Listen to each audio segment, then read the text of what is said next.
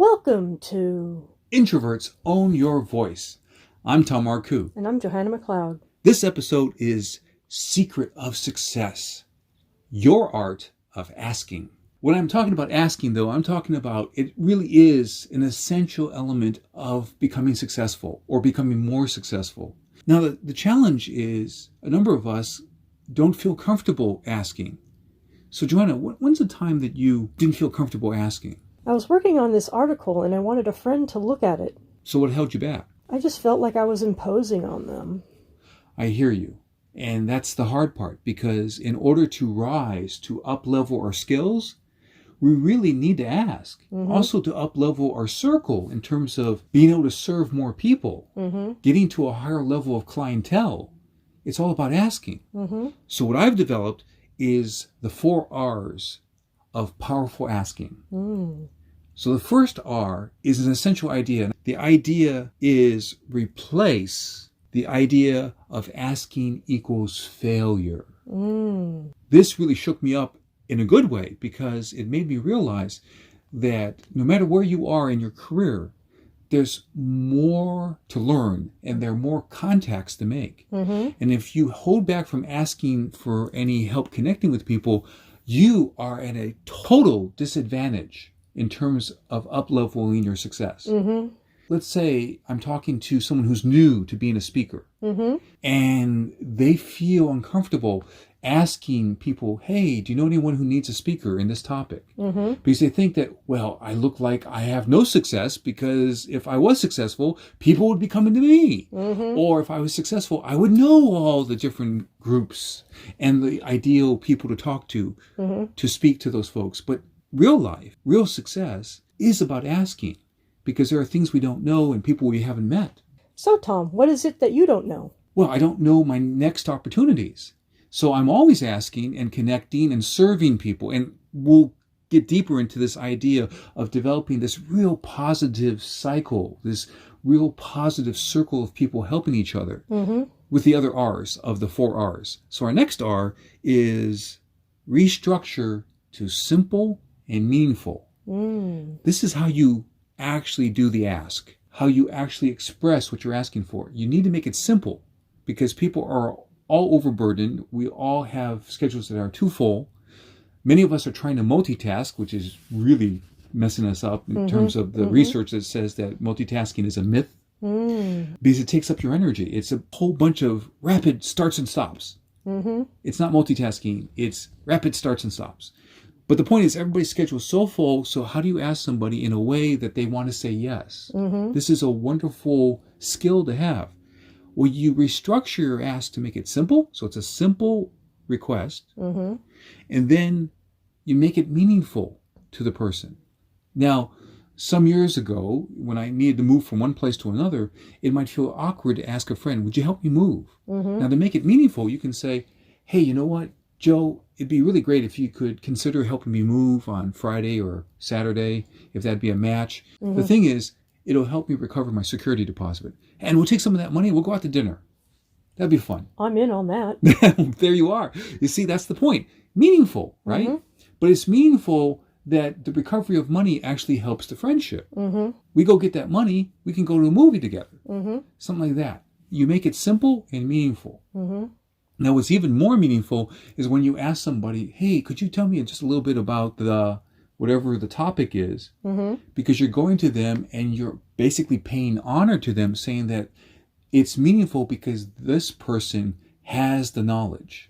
This person is someone who you admire and someone you would really enjoy learning from. Now, I'm not a fan of this phrase called pick your brain. I think that's intrusive. But if you go to someone and you ask, would you share a little insight about this? I really want to help people related to this topic, and I really need to know more about it. Could you just help me for a moment? Then I can help this group of people over there.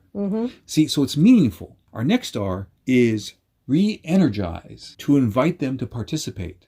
I'll share that again. Re-energize, to invite them to participate.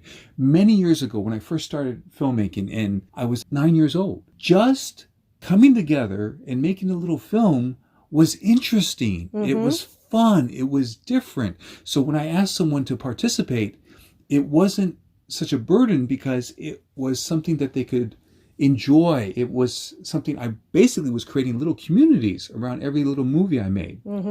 Is you don't always have to, especially in the beginning, worry about having to pay people to do a little thing if it's something that we can all enjoy and we can all grow, particularly if somebody wants to get better with certain skills.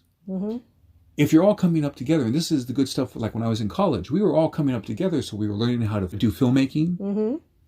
And so the actors were learning how to act, the directors were learning how to direct, the cinematographers were learning how to do cinematography. So we were all participating. So you're inviting people to participate. Now, the way you get someone to participate is to demonstrate that it's worth doing. And one of the ways you do that is show them some of your previous work, and they go, oh, that's good. I'd love to be part of your second or third or fourth film because your previous work was good. When I needed to get investors to put into a feature film, I already had some credentials. I had won contests. I had won a special award at the Emmy Awards, things like that. So people knew that participating with me was valuable to their own career because it would be good work. And finally, the fourth R is reciprocate in a pattern. Reciprocate in a pattern. Now, the pattern that I'm talking about here is that often you can develop a closer friendship and a closer business relationship by offering to help somebody else. Now, I have had the blessings and the opportunities to have a number of very notable people have guest articles, and I've interviewed them for my books. And so I've developed friendships and connections, and I was helping them first. People who respond to interviews would like to publicize what they're doing. Now, I want to share another thing that's great about reciprocate in a pattern is that if someone granted me an interview, and I keep my interviews kind of short, 10 to 15 minutes long, so it's not too much of an imposition. They like it. It's not too much of an imposition, but afterwards I say, how can I be supportive of what you're doing? And so I've had all kinds of people respond, oh, would you let people know in your circle at Facebook about I'm doing this?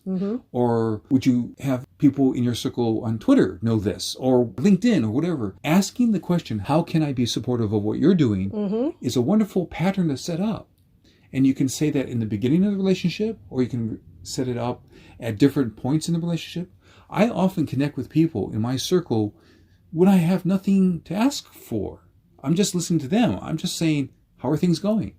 So I'm giving to them by being a listener. And this happens often, especially in Facebook chat. They complain about whatever's going on.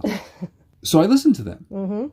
Now, the other thing about saying, how can I be supportive of what you're doing, is that some people hesitate to ask that question because they think it's a risk. They might ask for too much. Well, then what you need to do is practice. You might want to rehearse. I'm a coach, so people rehearse with me. As an executive coach, spoken word strategist. You say, I'll need to double check, see how my schedule is. Let me get back to you on that. So you give yourself some think space, some time to think about it. You don't immediately say yes. Just because they ask you for something doesn't mean you have to say yes. There have been times where someone has said, hey, can you share this on your Facebook page? And I felt that it was not a connection for that particular Facebook page. I said, I can share it with my circle on Twitter. You decide how you're going to be supportive. But if you don't hear from them how you could be supportive, you have no idea how you could be helpful. So I've had people say, well, would you look at my slide deck? And maybe you can connect me with HNWIs. That's the acronym for high net worth individuals. When it's appropriate, I might say yes, and I'll look at it, and then I'll look around at the circle of people I know and see if anybody I know would be interested in that particular opportunity, that particular company or project or something like that that would fit into their interests. But that's the thing. People on the high level, we are asking each other, hey, take a look at this. I just recently was working on another version of my biography, and I talked about 4 people, and one version of my biography begins like this.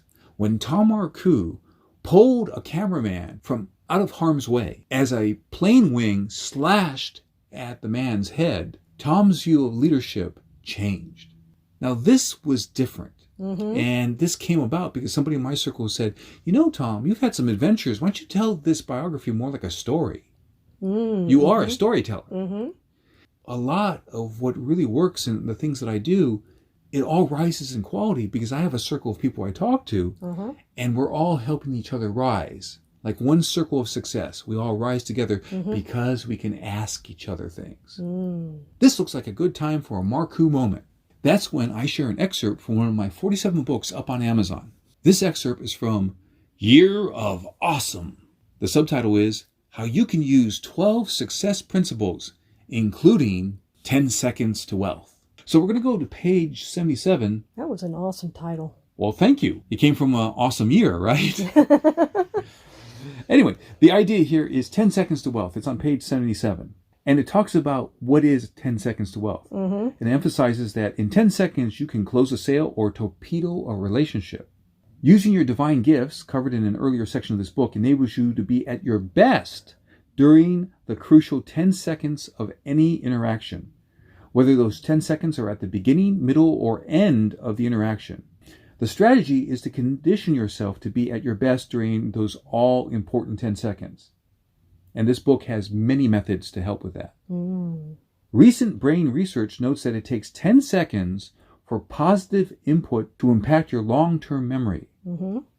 This means that memorizing empowering thoughts, rehearsing effective behaviors, and writing positive details in your personal journal all help to physically alter your brain so that it is inclined toward the positive.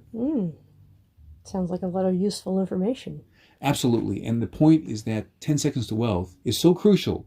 Being able to condition yourself to be inclined, that is, with your brain inclined toward the positive, helps you raise your level of success. So that's the close of this excerpt from Year of Awesome. How you can use 12 success principles, including 10 seconds to wealth. Johanna, I'm curious, what are you going to keep from our conversation? I really want to know how I can be helpful to you. Okay. Well, this was very helpful. I really deeply appreciate these podcasts and our conversations. And Well, they're always so informative. yes, and it's really meaningful that we're able to do this together because our synergy of energy really serves our listeners. So thank you for that. Oh, thank you, Tom. Click to subscribe to this channel. And then you'll be supporting Johanna, me, and our message. Tom helps people in other ways. As a spoken word strategist and executive coach, I help people really connect and get yes. I help them with their speeches, pitches, video marketing, and networking. And I help them prepare for that crucial life-changing meeting. As you're ready to go to the next step, see special videos. Find out about my books and coaching at getthebigyes.com/next step. And so remember, Perform at your best with words, strategy, and rehearsal. for your success.